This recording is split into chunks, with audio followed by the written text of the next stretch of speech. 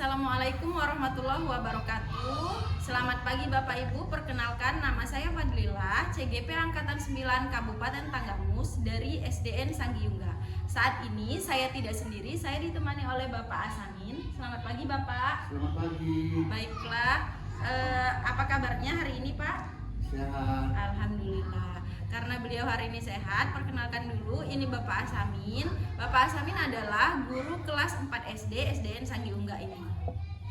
Baiklah Bapak, hari ini kita akan adakan percakapan praobservasi ya Pak ya. Ya. Nah, nanti saya akan melaksanakan percakapan kepada Bapak sebelum kita melaksanakan supervisi atau observasi ya Pak ya. Ya.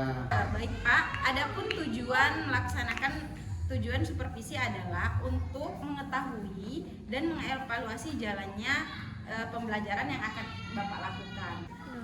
Mengapa kita melaksanakan percakapan praobservasi Bapak? Karena dalam kegiatan awal ini agar Bapak lebih percaya diri saat proses supervisi nantinya, sehingga proses pembelajaran berjalan dengan baik dan nantinya murid belajar dengan baik pula.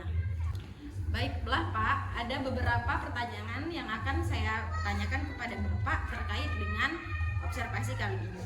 Kira-kira apa tujuan pembelajaran yang ingin Bapak capai dalam proses pembelajaran kali ini Pak? Tujuan pembelajaran yang ingin dicapai adalah Ya. 1. Mengamati bentuk bangun datar. Iya. 2. Dapat menghitung luas bangun datar. 3. Membandingkan bentuk-bentuk bangun datar. Jadi tujuan pembelajaran yang akan Bapak capai adalah 3 ya Pak ya. Yang pertama itu mengamati bentuk bangun datar, yang kedua membandingkan bentuk-bentuk dari bangun datar tersebut, dan yang ketiga menghitung dari luas bangun datar. Jadi bagaimana dengan area pengembangan yang ingin Bapak capai atau ingin Bapak lakukan? Area pengembangan yang akan saya capai adalah 1. Tentang pengetahuan. Siswa dapat mengenal, membandingkan dan menghitung luas bangun datar. Kedua, tentang keterampilan. Siswa dapat meniru gambar bangun datar. Oke, baik Pak. Jadi area pengembangan yang akan Bapak kembangkan ada 2 ya Pak ya. Yang pertama tentang pengetahuan, yang kedua tentang keterampilan.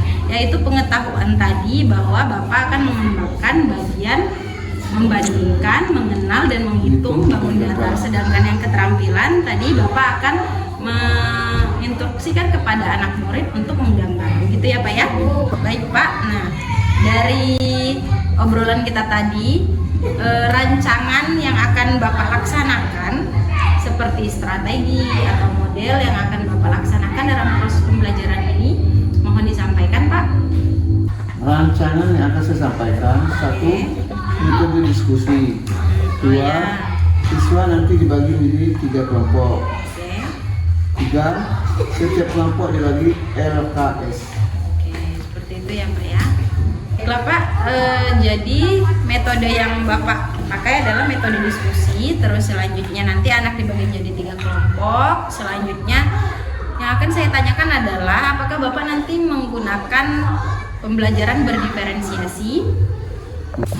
Ya, menggunakan diferensiasi pembelajaran atau diferensiasi proses Oh iya. dengan teknik banding ya, Terus? yaitu pemberian bantuan kepada peserta didik selama tahap awal pembelajaran dan mengurangi bantuan tersebut ketika ia mampu mengerjakan sendiri.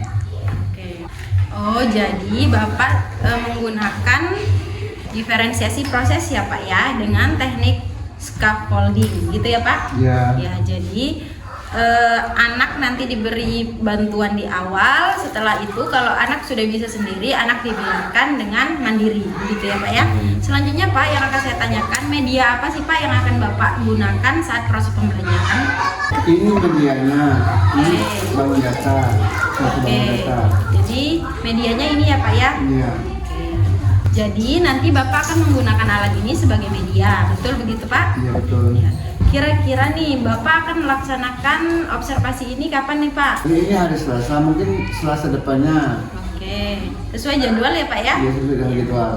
Baiklah Pak, jadi Selasa depan kita akan bertemu lagi ya Pak ya dalam melaksanakan supervisi bersama dengan Bapak. Iya. Nah, saya juga akan melihat dan mencatat hal-hal apa saja yang akan terjadi pada proses pembelajaran ya Pak ya. Iya. Nah, nanti kalau selesai observasi atau supervisi nanti kita akan adakan kembali obrolan seperti ini, yaitu obrolan pasca observasi namanya Pak. Nah, nanti obrolan ini bukan hanya saya dengan Bapak, tapi dengan ibu pengajar praktik kita yaitu Ibu Serihartati. Begitu ya Pak? Iya. Sebelum kita akhiri percakapan ini Pak, apa sih yang Bapak dapatkan dari obrolan kita ini? Dari percakapan ini terdapat pencerahan. Oke. Banyak sekali Bu, di antara pengembangan pembelajaran saya lebih terarah. Saya lebih paham apa saja yang akan saya laksanakan saat observasi nanti. Dan saya mendapatkan gambaran atau apa yang akan saya laksanakan. Baiklah Pak, terima kasih obrolannya hari ini. Semoga bermanfaat. Kita bertemu lagi di minggu depan ya Pak ya. Iya. Terima kasih Bapak. Assalamualaikum warahmatullahi wabarakatuh.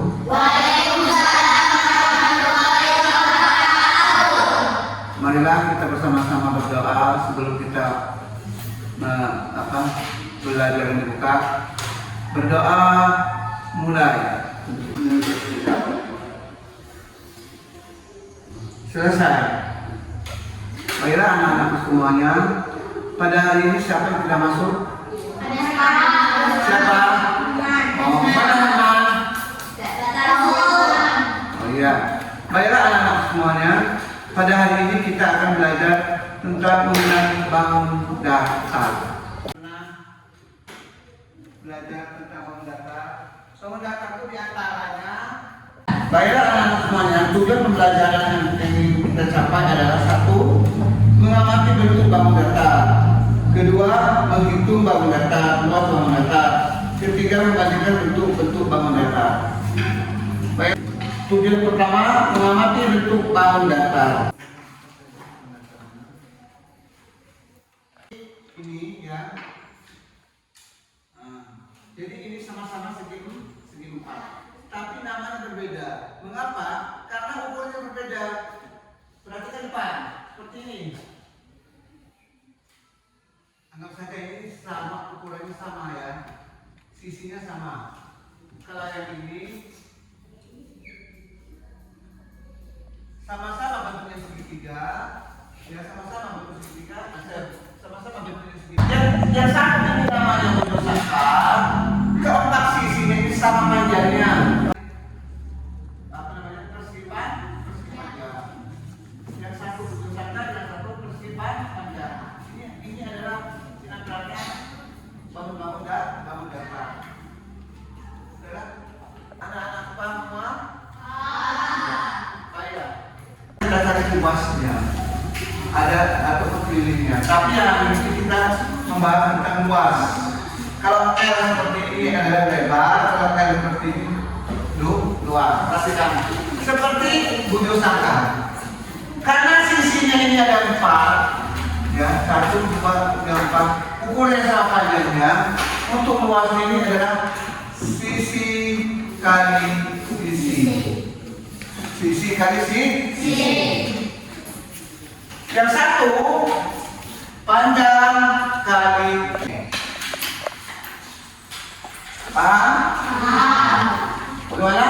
Untuk cari luas bujur sangkar, sisi kali sisi. Kalau persegi panjang, contoh. Ini contoh. Kita contoh daripada bujur sangkar dulu ya. Nah, panjang sisinya garis satu sama panjangnya ya. Yang kalau sisinya ini 7, berarti 7. Luasnya adalah berapa? Sisi kali 7 kali 7 sama dengan 49. Kalau dia sentimeter. Ini luas. Yang kedua, persegi panjang. Persegi panjang ini berarti depan. Sisi yang berhadapan sama panjangnya. Sisi atas dengan sisi bawah sama panjang. Kalau 10 semua, kalau 5 semua. Sisi yang berhadapan kiri dan kanan ini ya juga sama panjangnya. Kalau ini 10, panjangnya 10, lebarnya 5, berarti 10 kali 5, makanya 50. Nah, ini namanya tadi apa? Kotak tetap. Nah, persipan. Nah, ini apa? Wujud sangkar. Yang ini tadi persipan panjang. Yang ini adalah lingkaran. Yang ini adalah jajaran jenjang. Nih, Bapak bagikan untuk kelompok 1, kelompok 2, dan kelompok 3. Perhatikan masing-masing bentuk daripada bangunan tersebut. Bandingkan. Ya, kalau ini yang ketiga, yang ini namanya lingkaran. Sama tidak? Jadi berbeda. Yang kelompok 2, yang ini sama-sama biru, walaupun pendek tapi ukurannya berbeda. Ini besar, ukurannya sama. Ini namanya wujud sangkar, yang ini persegi panjang. Kelompok 1, ini juga sama. Ini sisinya sama panjangnya. Kalau kelompok sisinya sama panjangnya namanya apa? Wujud. Yang ini adalah persegi panjang. Sudah paham semua? Sudah paham semua? Bapak kasih LKS, kerjakan bersama-sama.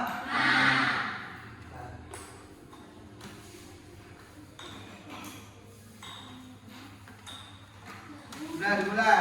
Ayo bersama. Nomor 1. Perhatikan nomor 1. Di sana soalnya. Perhatikan nomor 1. Panjang daripada sisi wujud sangkar 15. Carilah luasnya. Apa rumusnya tadi, Dek? Tadi berapa? Apa rumusnya untuk mencari luas? Persegi panjang? Kalau wujud sangkar sisi kali sisi.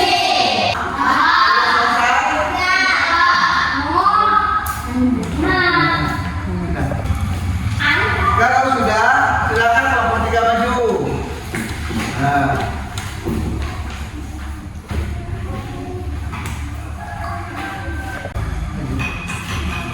Assalamualaikum warahmatullahi wabarakatuh. Waalaikumsalam.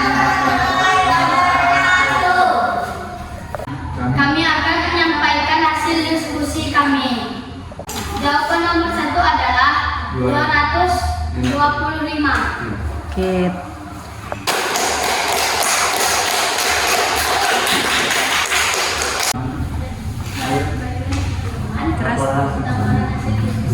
Yang kuat ya?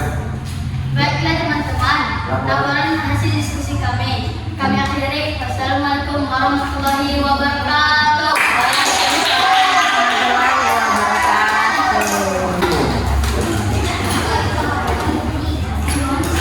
Nah, tinggal jawab.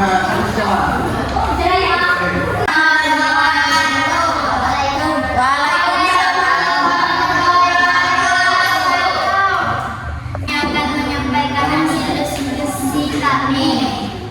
Jawaban nomor 2 adalah sangkar adalah sisi kali sisi. Dan presensi kami akhiri. Assalamualaikum warahmatullahi wabarakatuh. Waalaikumsalam.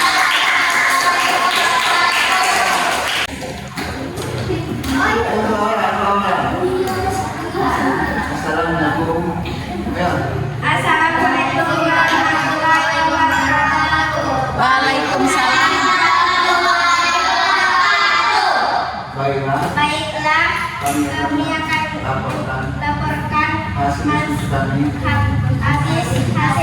diskusi kami, Yaitu nomor 3. Untuk mencari luas segi panjang.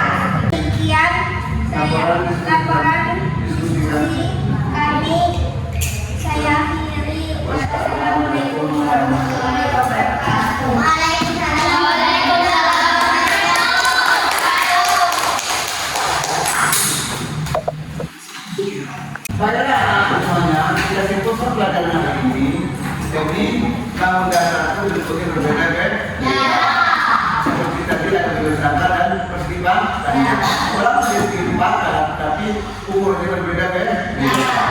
Jadi rumus untuk mencari ujung sangkal ada sisi kali sisi, persimpangannya ada panjang kali lebar.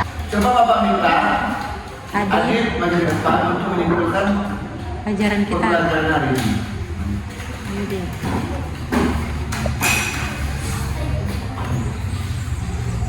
Pelajaran hari ini, ya.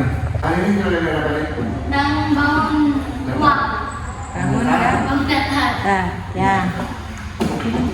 Nah sekarang kita simpulkan hari ini untuk mencari luas ujung sangkal adalah sisi kali Sisi. kalau masih panjang. Panjang dan lebar. Ya. Silakan.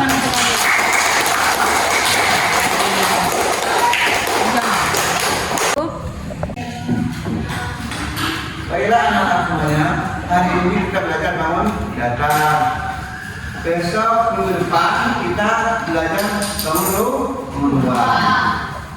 Sebelum kita memahami pelajaran, marilah kita sama-sama berdoa. Dulu saja ya, kita sama berdoa.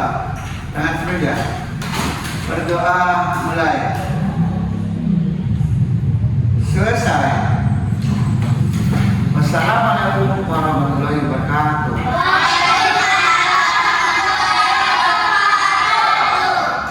Assalamualaikum warahmatullahi wabarakatuh, Bapak Ibu. Waalaikumsalam. Apa kabarnya Ibu Syariat Hati dan Bapak? Alhamdulillah Sehat, semangat selalu.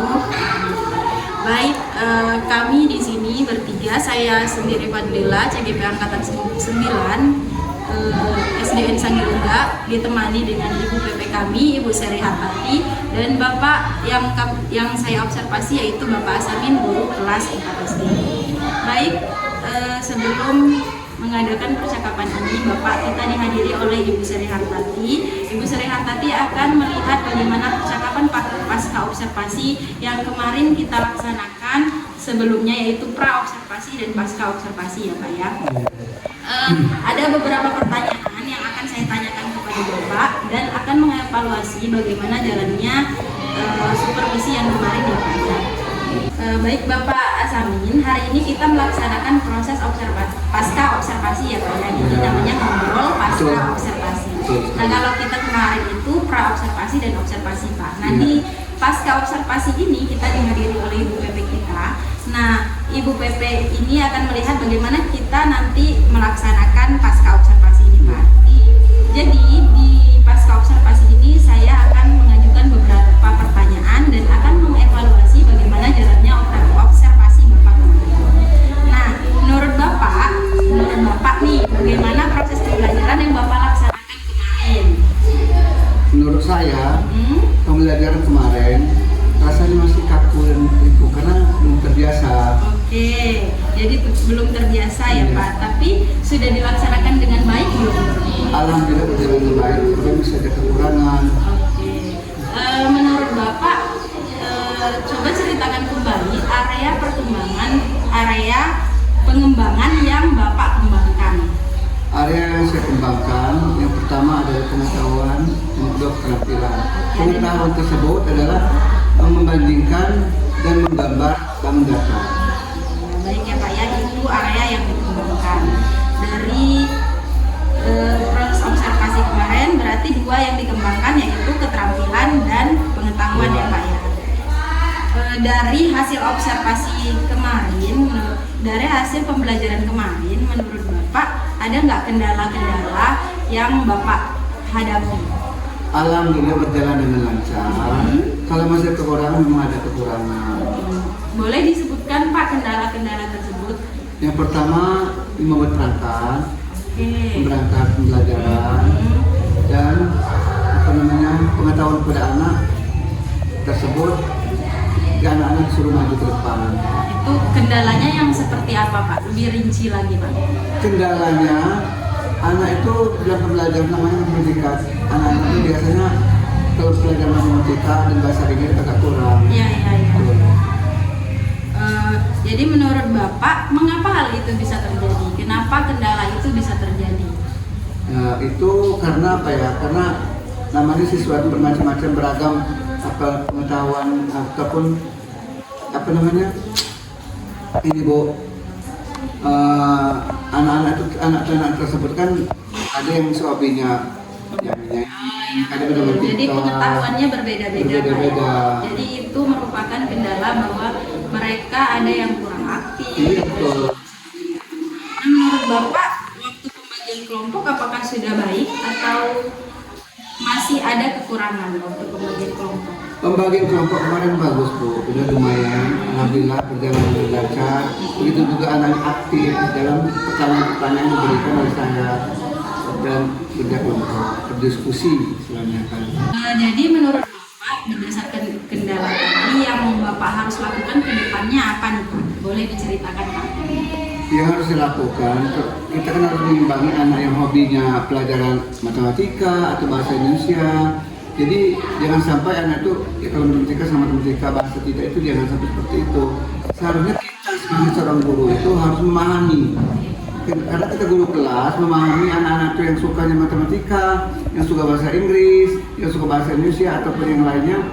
Nah, jadi kita harus tahu anak tersebut hobinya pelajaran apa. Kenapa ya? Karena matematika itu apabila kita paksakan, namanya matematika bahasa Inggris, apabila kita paksakan lebih susah, lebih rumit. Nah, untuk itu kita ya pelan-pelan secara berangsur-angsur supaya anak itu semuanya menyenangkan pelajaran yang kita berikan. Jadi berdasarkan kendala tadi Bapak sudah menemukan solusi sendiri dan baik Pak. Selanjutnya saya akan tunggu cerita-cerita Bapak tentang proses pembelajaran yang sudah Bapak lakukan di kelas 4. Kira-kira nih berdasarkan solusi yang Bapak sebutkan tadi, Bapak akan menerapkan ini kapan nih Pak? Minggu depan, Selasa minggu depannya. Mudah-mudahan tidak ada halangan, kita bisa berkumpul seperti ini lagi di waktu yang sama, lain waktu dengan hari yang sama. Baik Pak. Nanti saya benar-benar akan tunggu cerita-cerita Bapak dan terima kasih atas semua jawaban-jawaban Bapak yang sudah Bapak berikan pada saya di proses pasca observasi. Selanjutnya saya akan dengarkan cerita-cerita Bapak setelah proses pembelajaran yang Bapak laksanakan. Nah, selanjutnya kita akan dengarkan pendapat dari Ibu Sri Hartati. Silakan Ibu pendapat tentang bagaimana kami melaksanakan pasca observasi. Baik, terima kasih. Ternyata ini sudah bagus, seluruhan supervisi pasca observasinya ini sudah runtut dan sudah terlihat dengan alurnya. Dan ini juga bagus mengapa solusinya juga bisa diselesaikan bersama dengan sesuai dengan kebutuhan siswa, ya. Dengan sesuai apa yang diharapkan siswa agar tidak ada kejenuhan. Maka dari itu memang pengembangan berikutnya memang itu harus diceritakan kembali agar nanti bisa mengangkat selanjutnya, bisa mengembangkan pembelajaran yang akan lebih bagus dan lebih fokus dan bisa lebih kita menyampaikan pembelajaran itu sesuai dengan yang diharapkan siswa. Begitu ya Bu ya. Terima kasih Ibu Sri Hartati atas tanggapannya dari proses pasca observasi ini dan saya juga ucapkan terima kasih kepada Bapak Asamin sudah berkenan sudah melaksanakan kegiatan ini runtut dari pra observasi, observasi dan pasca observasi. Demikian proses supervisi yang kami lakukan. Kami undur diri dari saya. Saya mohon maaf apabila banyak kesalahan dan kepada Allah saya mohon maaf. Kami akhiri. Wassalamualaikum warahmatullahi wabarakatuh.